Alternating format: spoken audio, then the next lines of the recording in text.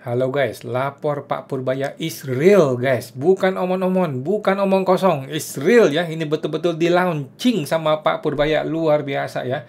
Kita lihat, lapor Pak Purbaya WA pengaduan petugas pajak cukai nakal resmi aktif hari ini tanggal 15 Oktober 2025. Luar biasa. Salut buat Pak Purbaya ya, kita dengarkan. Itu udah mulai aktif hari ini, Pak. Jadi buat publik yang punya keluhan terhadap masalah pajak atau pegawai pajak atau pegawai cukai yang ngaco, yang menurut mereka ngaco, atau masalah pajak apapun dan bea cukai, ke nomor ini nanti staf saya sudah ada yang standby di sana. Tapi nggak langsung jawab ya. Kita kemudian dulu nanti tiap beberapa hari kita screenshot. Nanti kita bisa tindak lanjuti. Launching hari Pak, ini itu udah mulai hari ini, Pak. Ya, kita belum aktif hari ini karena dia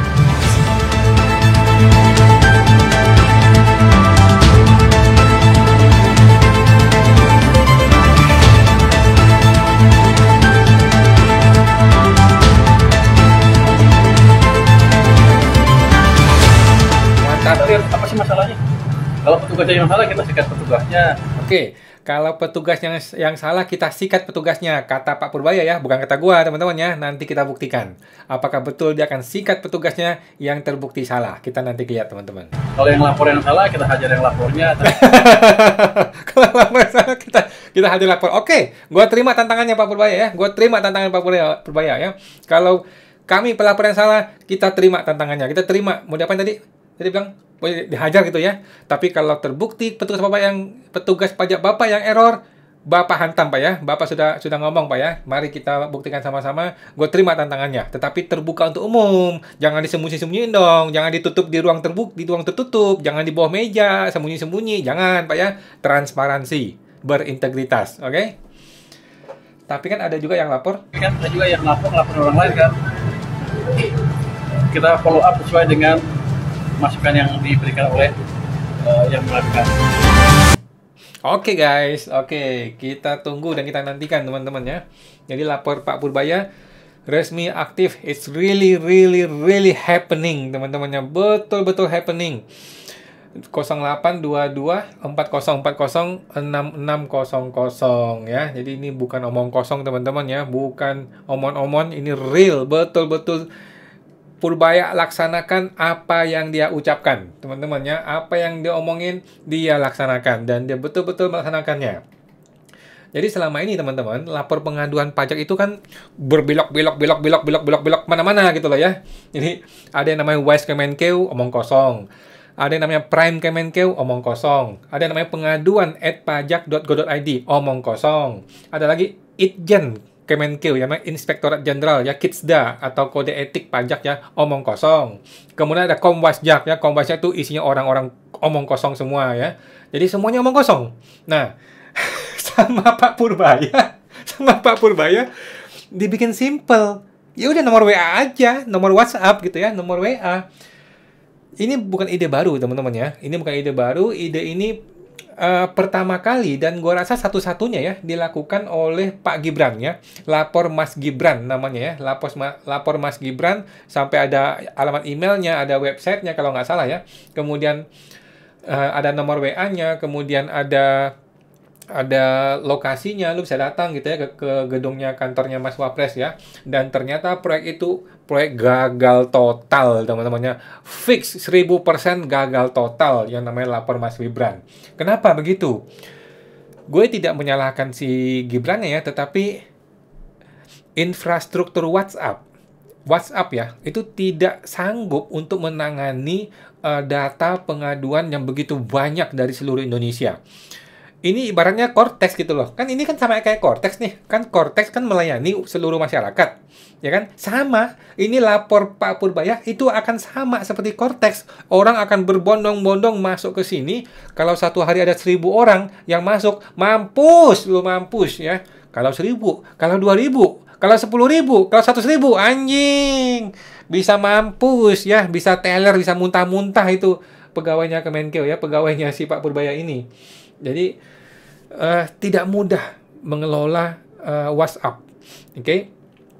Kecuali lu bisa terintegrasi oleh IT by system gitu ya, seperti Halo BCA. Coba teman-teman ingat nggak Halo BCA? Halo BCA itu punya chatting ya, chattingan Halo BCA. Dan itu langsung dia terintegrasi secara sistem ke semua CS-nya, customer service-nya gitu loh. Jadi begitu lu terkendala di suatu chatting-chattingan yang nggak selesai, lu minta chatting ke agent, langsung nyampe ke kontak agentnya si Halo BCA ya. Nah, tetapi itu mahal dan itu butuh waktu nggak cukup 1-2 hari ya. Itu bisa berbulan-bulan membangun infrastruktur itu gitu loh.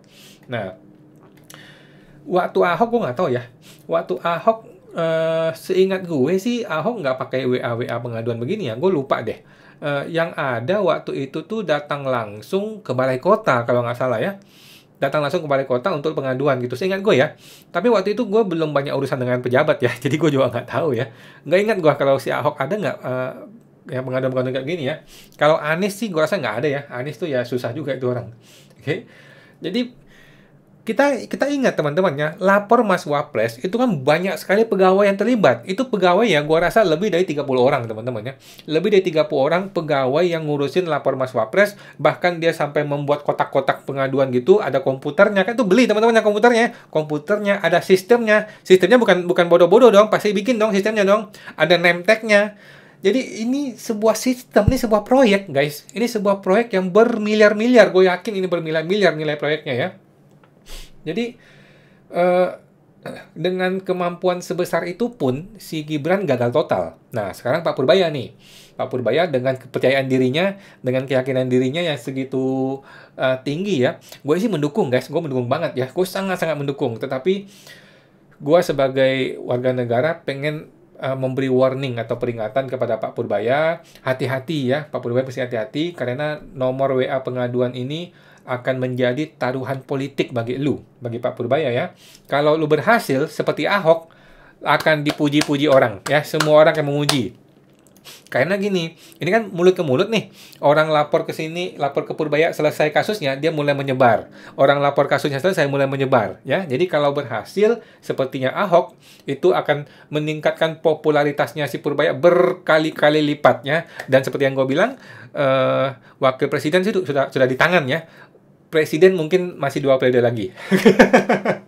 Tetapi, kalau ini gagal, seperti lapor Mas Gibran, kalau sampai gagal ya, justru ini akan menjadi titik balik dari Purbaya ya. Kepercayaan rakyat akan tergerus, akan jatuh ya. Kepatuhan dan kepercayaan publik akan jatuh. Karena apa? Karena orang merasa gue bisa dekat dengan Purbaya nih, bisa lapor nih. Tetapi setelah lapor ternyata tidak ditanggapi, ternyata tidak diproses, ternyata tidak diurus. Ya akhirnya kan rakyat kehilangan kepercayaan gitu ya. Nah, jadi ini taruhan bagi Pak Purbaya. Gak main-main ini. Ini sebuah program yang simple sekali, tetapi ini kan bisa menentukan langit dan bumi. Bisa menentukan wapres, presiden, atau jeblok jatuh ke bawah ya. Dan bisa juga berbalik arah menjadi bumerang bagi dia terhadap para pegawai-pegawai pajak loh ya. Lo jangan salah loh. Gua akan mulai melaporkan pegawai-pegawai pajak dan gua akan publish satu persatu nama pegawai pajaknya. Ini jadi bertentangan balik dong. Nanti kan si pegawai pajak akan ngomong, loh Pak Purbaya, Anda buka-buka begituan, kami kegencet nih sama wajib pajak nih, kami dilaporin terus nih, bagaimana? Kami nggak bisa kerja nih, nggak benar nih, kami jadi nggak bisa fokus penerimaan pajak, gimana Pak Purbaya? Nah, jadi justru bisa jadi bumerang bagi Pak Purbaya ya, kalau ini salah-salah langkah gitu ya. Jadi Pak Purbaya juga yang paling tepat adalah Pak Purbaya mesti membuat SOP yang jelas ya, standar operating procedure yang jelas ya. Prosesnya bagaimana? Blueprintnya bagaimana? Kalau orang melaporkan di jam sekian, berapa lama, berapa jam harus ada respon, atau berapa hari masih ada respon. Begitu ada respon pertama, apa yang akan dilakukan oleh timnya Purbaya ini? Apakah panggil terlapor? Apakah panggil pelapor? Apakah email? Apakah WA?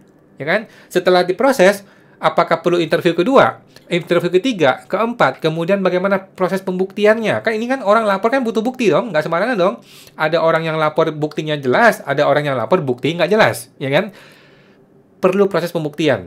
Apakah perlu Zoom? Apakah perlu Google Meet? Apakah perlu meeting online? Apakah perlu dipanggil meeting offline?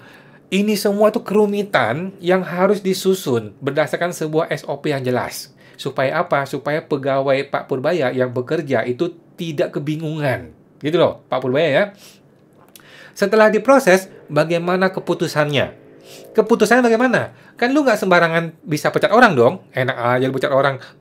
Orang jadi PNS setengah mampus kan, tiba-tiba lu pecat kan nggak gampang gitu kan.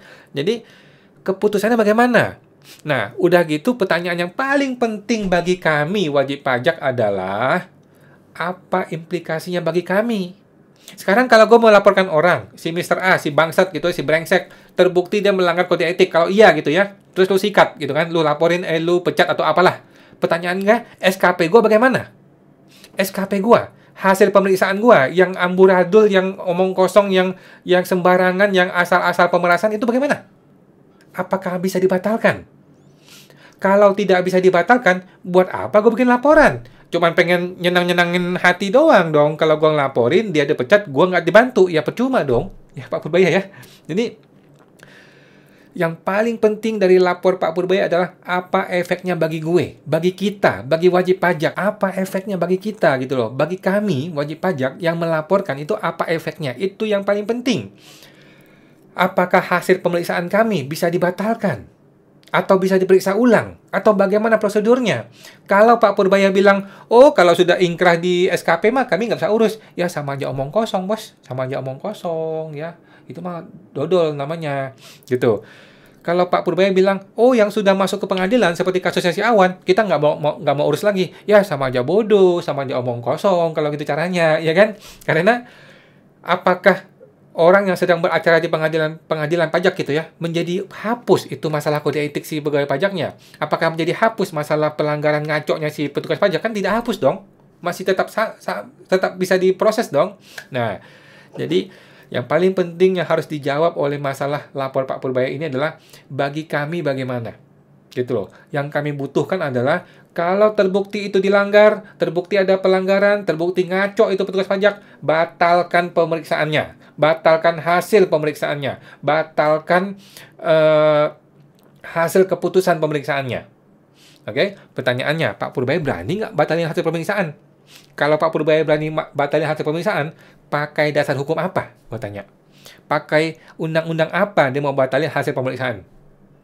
Nah, jadi kerumitan ini, teman-teman, harus dirangkai oleh Pak Purbaya. Harus diuraikan satu persatu. Diuraikan. Nah, disitulah perannya tim, perannya orang IT, perannya seorang perencana, seorang manajemen gitu ya. Seorang manajer terhadap lapor Mas Wapres ini, karena pasti ada manajernya dong, nggak mungkin nggak ada. Dia mesti merangkai ini, menguraikan masalah-masalah ini, sampai di ujung. Di ujungnya itu, bagi si wajib pajak itu bagaimana. Itu yang paling penting. Karena kami wajib pajak nggak peduli itu petugas pajak mau digepret ke, mau dipecat ke, mau disanksi kode etik ke, kami nggak peduli. Yang kami peduli adalah hasil pemeriksaan kami bagaimana ini. Nasibnya bagaimana ini? Orang yang dirampok, orang yang diperas bermiliar-miliar, ini bagaimana nasib kami? Itu yang penting Pak Purbaya ya. Jadi bukannya kami minta lu pecat pegawai itu, enggak. Yang kami minta tuh keadilan buat kami, gitu loh. Oke Pak Purbaya ya. Jadi jangan sampai salah persepsi ya. Jadi lapor Pak Purbaya jangan dijadikan ajang untuk menampar-namparin pegawai pajak, bukan ya. Ini masih dijadikan ajang untuk memberikan keadilan kepada masyarakat, untuk memberikan perhitungan yang benar terhadap pajaknya masyarakat. Itu yang kita butuhkan. Oke Pak Purbaya ya. Jangan sampai salah persepsi. Mudah-mudahan dia tidak salah persepsi ya Pak Purbaya ini ya. Lanjut. Oke. Masih ada ya.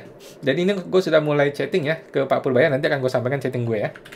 Oke, jadi tiba-tiba malam hari teman-teman ya. Tiba-tiba malam harinya your security code with nomor ini berubah ya. Jadi sepertinya dia berubah dari WA biasa menjadi WA bisnis. Atau dia berubah dari HP satu ke HP yang lain. Pokoknya ada perubahan nih.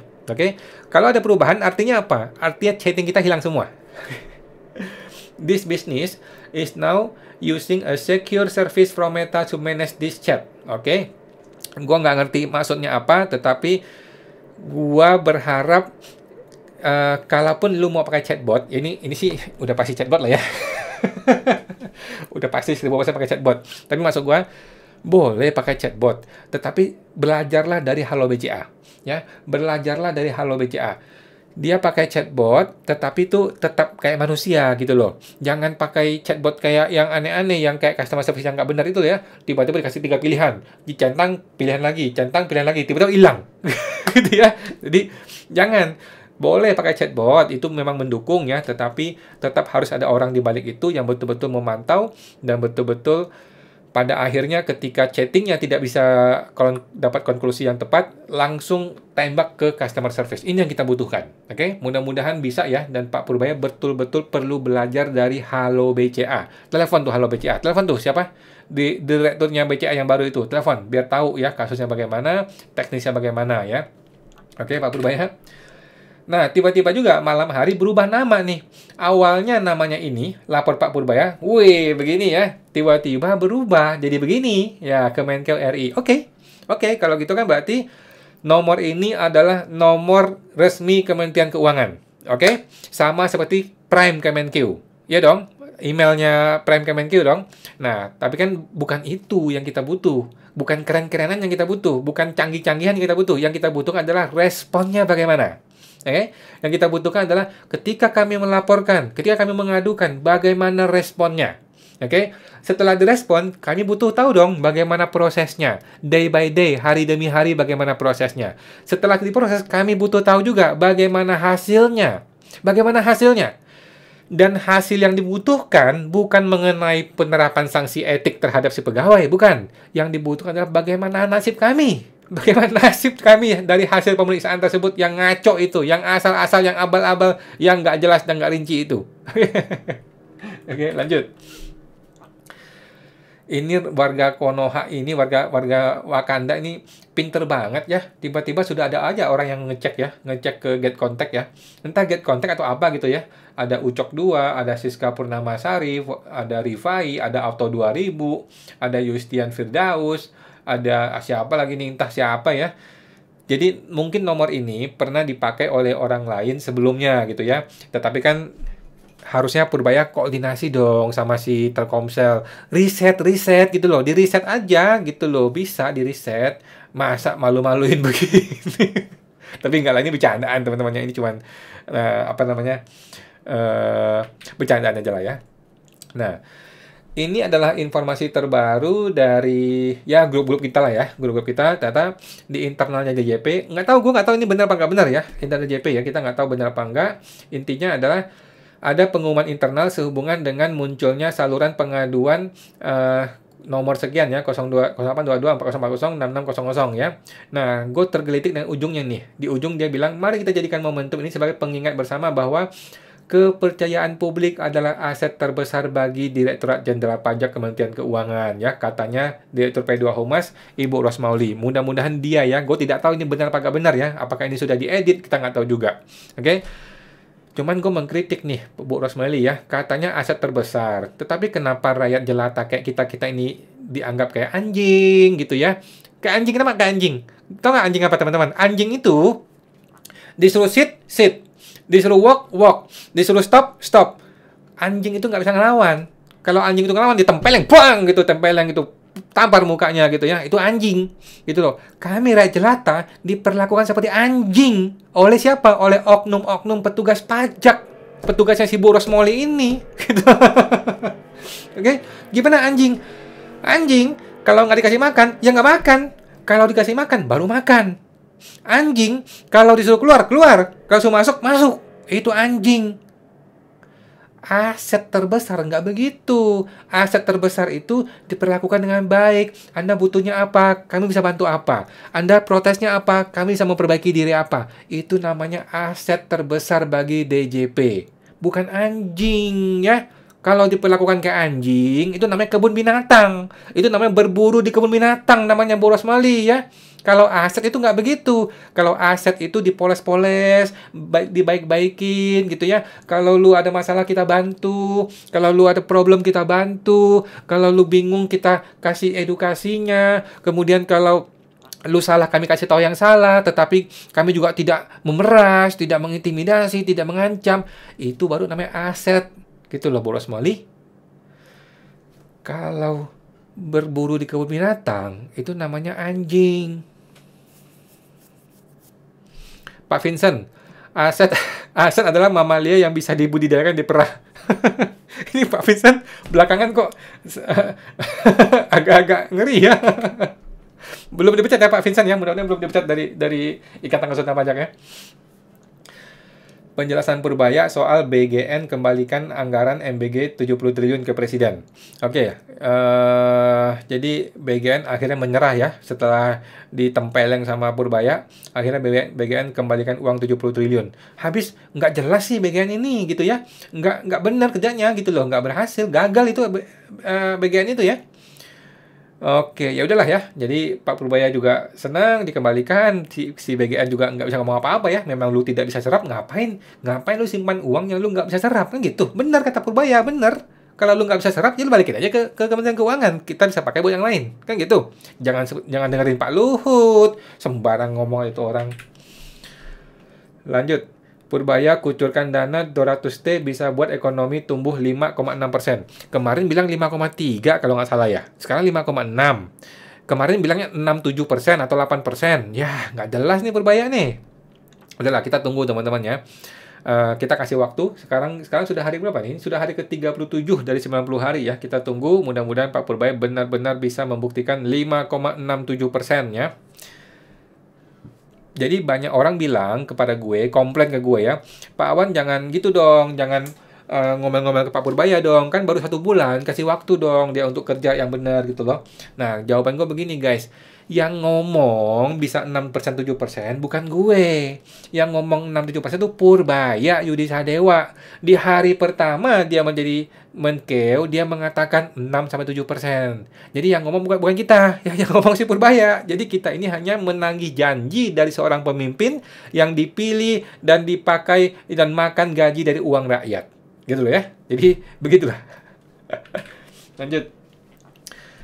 Purbaya kasih sinyal pangkas PPN 11%. Nah, ini menarik nih ya. PPN 11% ini menarik sekali ya. Ini sebuah isu yang sangat-sangat menarik, sangat-sangat seksi, betul-betul bisa jadi bahan untuk 2029, tetapi hati-hati. 1% aja itu bisa menyebabkan kekacauan ekonomi ya. Hati-hati juga Pak Purbaya ini ya. Apakah ada rencana mengurangi PPN? Kita baru naik ya, dari 10 ke 11. Oh, tetap naik aja naik. Jadi gini, kita akan lihat seperti apa akhir tahun, ekonomi seperti apa, uang saya yang saya dapat itu seperti apa sampai akhir tahun. Saya sekarang belum terlalu clear. Nanti akan kita lihat bisa nggak kita turunkan PPN. Itu untuk mendorong daya beli masyarakat nanti ke depan. Tapi kita pelajari dulu hati-hati. Oke, gue termasuk orang yang tidak sependapat ya kalau diturunkan ya. Karena gini, ketika PPN naik dari 10 ke 11%, itu kan harga pada naik nih. Harga pada naik ya. Mungkin bisa naik 6% sampai 10% harga barang nih ya. Begitu lu turunin PPN dari 11 jadi 10, harga barang nggak turun, bos. Kalaupun turun dikit aja. Nggak akan turun sampai seperti status quo sebelum 10% gitu. Sebelum 11% gitu. Nggak bisa. Jadi gue rasa nggak tepat ya. Nah, tetapi kalau diturunkan, harga barang tidak turun jauh, tetapi pajak akan turun jauh. Itu bisa main puluhan bahkan ratusan T loh itu, gara-gara 1% PPN ya. Jadi menurut gue terlalu oportunis ya kalau Pak Purbaya pengen turunin 10%, turunin dari 11 ke 10% hanya gara-gara untuk menyenangkan kita semua gitu. Gue rasa nggak tepat ya. Lagi pula PPN bukan 11 ya, PPN itu 12% ya. Gara-gara undang-undang ngaco itu, undang-undang HPP memaksakan 12%, tetapi Prabowo tidak mau 12%, akhirnya diakalin sama si oknum menteri itu ya. Dijadikan DPP nilai lain lagi. Tolol itu menteri itu. Oke. Ini Ibu Kitty Kirana ya. Menkeu Purbaya senjata Prabowo bongkar borok pejabat. Oke. Ibu Kitty Ruth Kirana, Purbaya senjata Prabowo bongkar borok pejabat. Subscribe dan nonton. Oke, kita lihat. Saya Kitty Ruth Kirana, Gen Z, Master Kebijakan Publik dari Tsinghua University, China. Bulan ini ada menteri yang menyetrum birokrasi Indonesia dan namanya Purbaya Yudi Sadewa. Bayangkan, Menteri Keuangan tiba-tiba datang ke kantor pusat BNI tanpa pengawalan, tanpa seremoni, langsung minta data real time. Berapa uang negara parkir di BNI? Apakah benar dipakai untuk kredit produktif atau cuman nyari bunga? Satu ruangan gemetar, bukan karena angka, tapi mentalitas yang disetrum. Dan Purbaya bilang, saya akan keliling semua bank BUMN supaya mereka kapok. Ini bukan Oke. Ini bukan ancaman katanya. Ya jelas-jelas ancaman dong. Jelas-jelas ini ancaman dan ini intimidasi ya. Jadi gue tidak sepakat dengan katanya ibu ini yang mengatakan itu menggebrak birokrasi. Enggak begitu ya. Jadi justru birokrasi itu penting dalam hal-hal tertentu ya.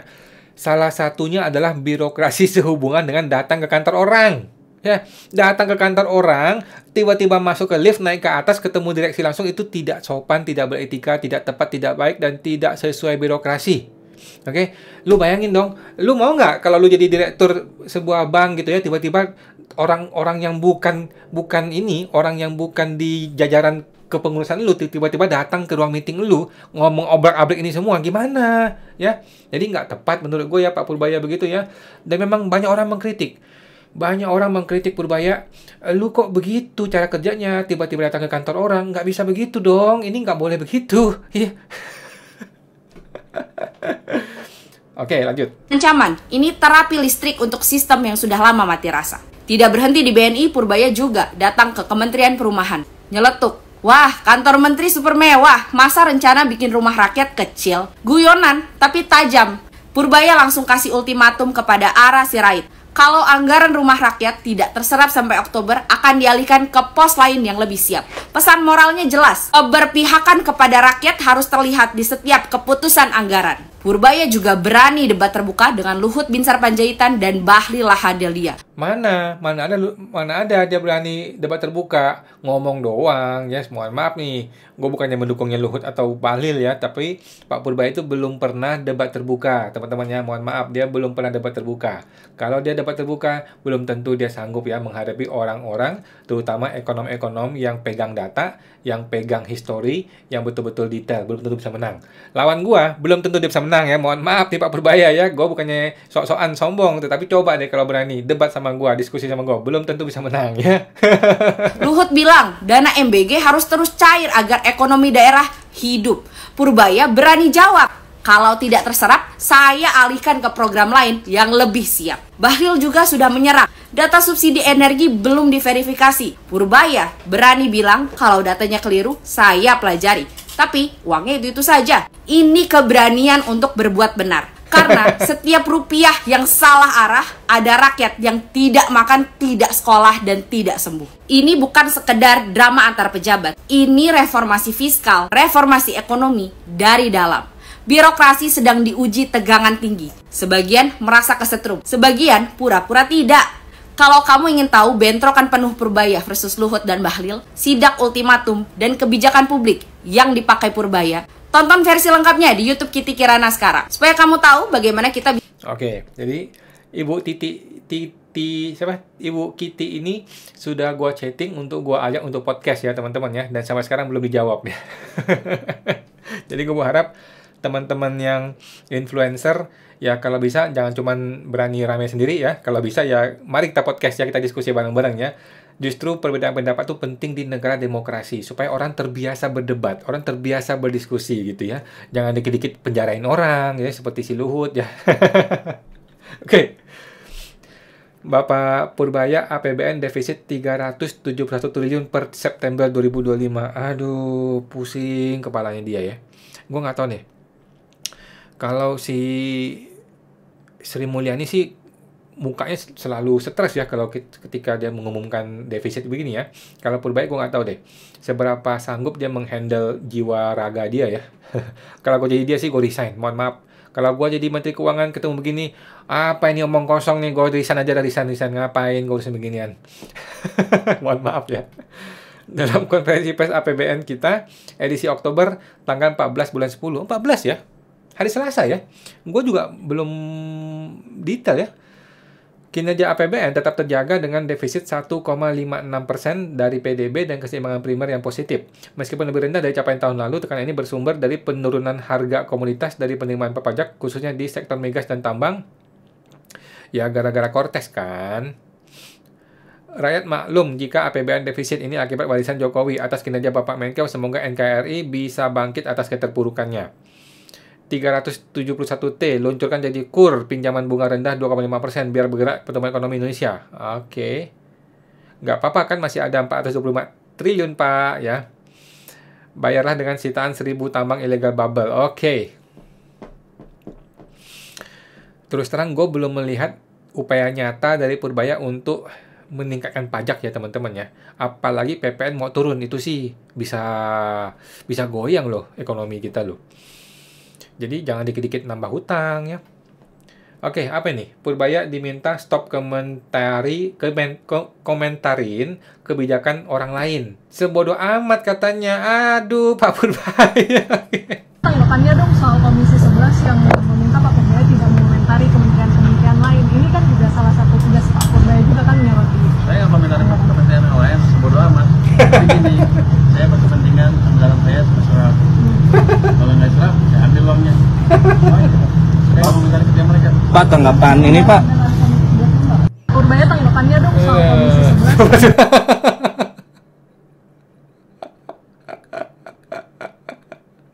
Menteri Aing, Anda luar biasa. Sebodoh amat.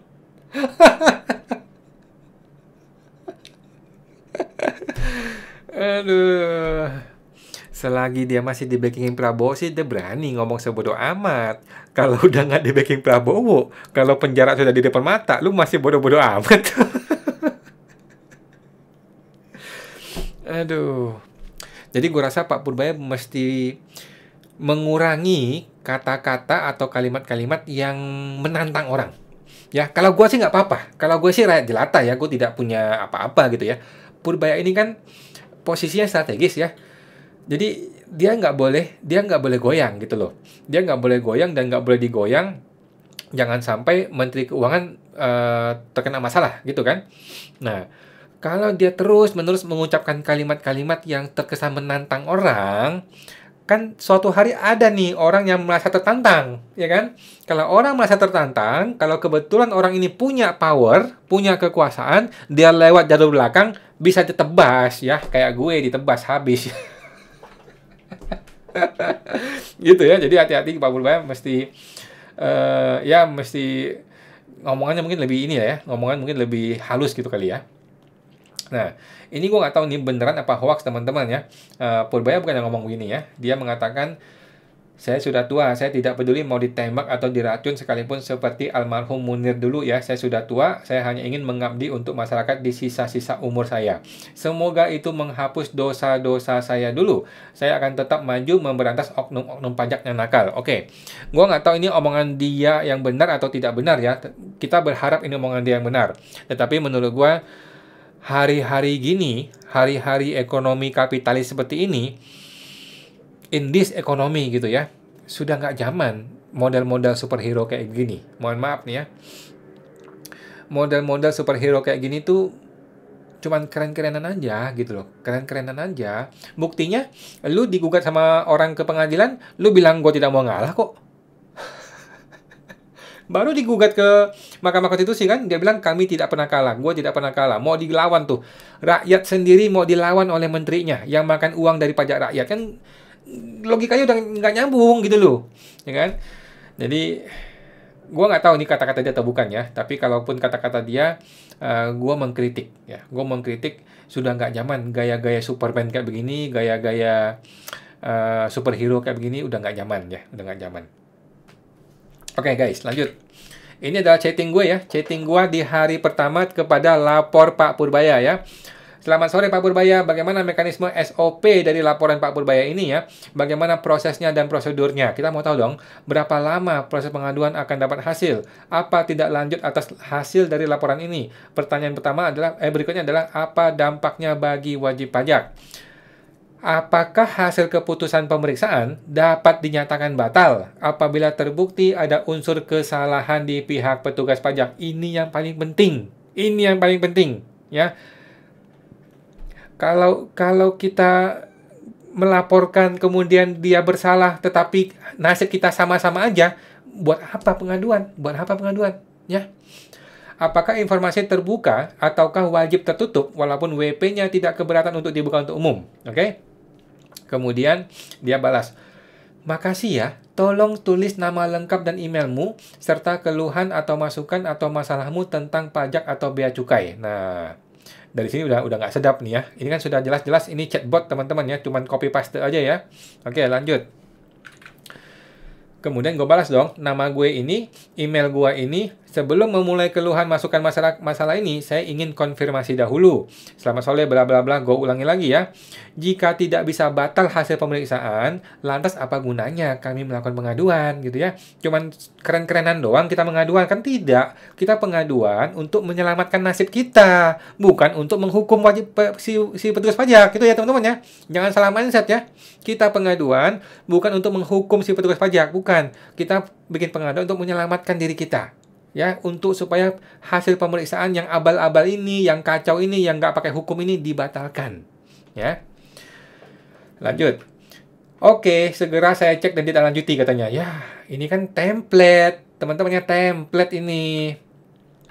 Terus tanya lanjutannya, bagaimana manajemen laporannya? Kalau gue punya 5 laporan sekaligus, apakah ada nomor register atau bagaimana? Bagaimana pemantauan terhadap prosesnya? Hari demi harinya, bagaimana saya bisa tahu proses yang akan terjadi? Kemudian, by the way, gue info ya, gue sudah pernah bikin email kemarin, lapor pakpurbaya@gmail.com ya, gue bikin sebagai inisiatif pribadi gue, karena dia nggak jadi-jadi sih si Pak Purbaya ya. Nah, kalau dia mau, ya gue akan serahkan kepemilikan email tersebut kepada Bapak. Oke. Lanjut. Malam harinya, gue mulai mengadukan pengaduan gue yang pertama ya. Lapor Pak Purbaya strip pajak smart strip 2025 10-15, artinya tanggal 15 Oktober yang A. Artinya yang pertama. Siapa pelapor? Yaitu gue ya. Siapa terlapor nih? Oknum-oknum perampok nih ya. Hadi Susilo, Kepala KPP Cengkareng. Fauzi Wilfia Arif, Supervisor Pemeriksa KPP Cengkareng. Oon Taruna Putratama, Ketua Pemeriksa KPP Cengkareng. Dek Siso, Anggota Pemeriksa Pajak KPP Cengkareng. Farid Bahtiar, Kepala Kanwil Jakarta Barat. Surya Otomo, Ex-Dirjen Pajak. Isi laporannya bagaimana? Isi laporannya adalah pada tanggal 25 Maret, gue ya, selaku kuasa hukum atas nama WP Rudi datang ke KPP Cengkareng untuk memenuhi hak wajib pajak untuk hadir pada pertemuan pembahasan akhir hasil pemeriksaan. Namun, hak saya tersebut dirampas oleh para komplotan perampok pajak ini tanpa dasar hukum yang jelas. Para perampok pajak ini tidak mau melaksanakan kewajiban mereka untuk memberikan hak kepada WP atau kuasanya untuk hadir pada pertemuan pembahasan akhir sesuai perintah undang-undang. Para perampok pajak ini tidak mau melakukan perekaman audiovisual terhadap pertemuan pembahasan akhir. Padahal ada 3 aturan hukum yang mewajibkan perekaman audiovisual ya. Wajib pajak dirampok nih. Wajib pajak dirampok dengan angka SKP pajak 10 miliar lebih tanpa diberikan rincian detail data temuan pajak. Ini adalah perampokan di siang bolong.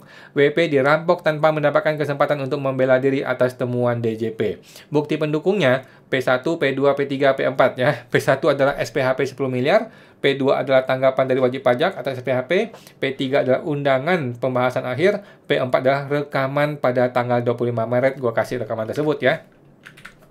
Nah, ini gue kasih, dan tiba-tiba di sini nih dia berubah nih.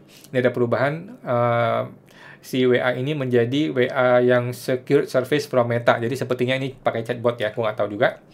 Nah, teman-teman masih ingat ya teman-teman ya, inilah kejadian di hari kelam tersebut ya, tanggal 25 Maret 2025 kita diundang oleh kepala kantor atau oleh pemeriksa pajak, tetapi kita dilayani oleh orang yang nggak jelas ya, orang yang nggak jelas oleh satpam, dan kita tidak boleh masuk ke kantor pajak tersebut. Padahal gue punya kewajiban untuk hadir, gue punya hak untuk hadir, dan mereka punya kewajiban untuk mempersilahkan kita untuk hadir, tetapi gue tidak boleh hadir pada pertemuan tersebut.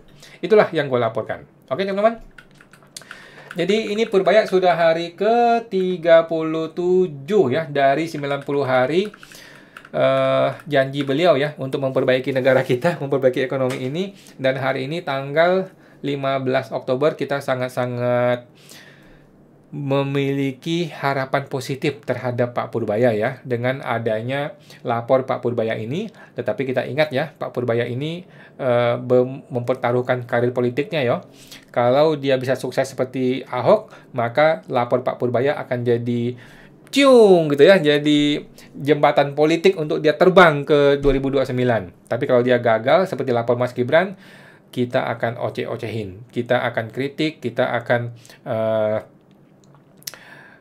komplain ya terhadap lapor Pak Purbaya ini, karena ini semua pakai uang rakyat ya. Pada akhirnya ini semua pakai uang rakyat yang akan disia-siakan kalau ini gagal proyeknya. Oke teman-teman, sampai jumpa, semoga terbantu.